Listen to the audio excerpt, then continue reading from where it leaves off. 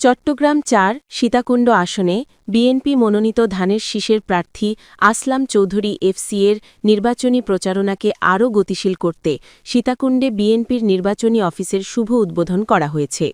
সোমবার বিকেলে উপজেলার কুমিরা ইউনিয়নের ছোট কুমিরা বাজার এলাকায় ঢাকা-চট্টগ্রাম মহাসড়কের পশ্চিম পাশে অবস্থিত এই নির্বাচনী অফিসটি আনুষ্ঠানিকভাবে উদ্বোধন করা হয়। উদ্বোধনী অনুষ্ঠানে স্থানীয় নেতাকর্মীদের ব্যাপক উপস্থিতি লক্ষ্য করা যায়। অনুষ্ঠানে প্রধান অতিথি হিসাবে উপস্থিত ছিলেন কুমিরা ইউনিয়ন বিএনপির সাবেক সভাপতি আনোয়ারুল আজিম মুকুল। বিশেষ অতিথি হিসাবে উপস্থিত ছিলেন সীতাকুণ্ড উপজেলা যুবদলের আহ্বায়ক ফজলুল করিম চৌধুরী, কুমিরা ইউনিয়ন বিএনপির সাবেক সাধারণ সম্পাদক আনোয়ারুল আজম সবুজ, সাবেক সাধারণ সম্পাদক শাহাবুদ্দিন, সীতাকুণ্ড থানা বিএনপির সদস্য জানে আলম বাবুল এবং চট্টগ্রাম উত্তর জেলা যুবদলের যুগ্ম সম্পাদক এইচ.এম. ইব্রাহিম।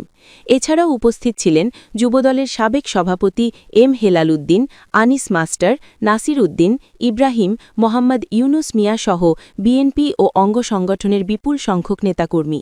পবিত্র কোরআন তেলাওয়াতের মাধ্যমে অনুষ্ঠানের সূচনা হয়। পরে বিএনপি চেয়ারপারসন দেশনেত্রী বেগম খালেদা জিয়ার সুস্থতা ও দীর্ঘায়ু কামনা করে বিশেষ দোয়া অনুষ্ঠিত হয়। এ সময় বক্তারা বলেন, আসন্ন জাতীয় সংসদ নির্বাচনে ধানের শীষের বিজয় নিশ্চিত করতে এই নির্বাচনী অফিস গুরুত্বপূর্ণ ভূমিকা পালন করবে। তৃণমূল পর্যায়ের নেতাকর্মীদের ঐক্যবদ্ধ প্রচেষ্টার মাধ্যমে সীতাকুণ্ডে বিএনপির সাংগঠনিক শক্তি আরও সুদৃঢ় হবে বলে তারা আশাবাদ ব্যক্ত করেন। নেতৃবৃন্দ আরও বলেন, জনগণের ভোটাধিকার ও গণতন্ত্র পুনরুদ্ধারে ধানের শীষের পক্ষে সবাইকে ঐক্যবদ্ধভাবে মাঠে কাজ করতে হবে।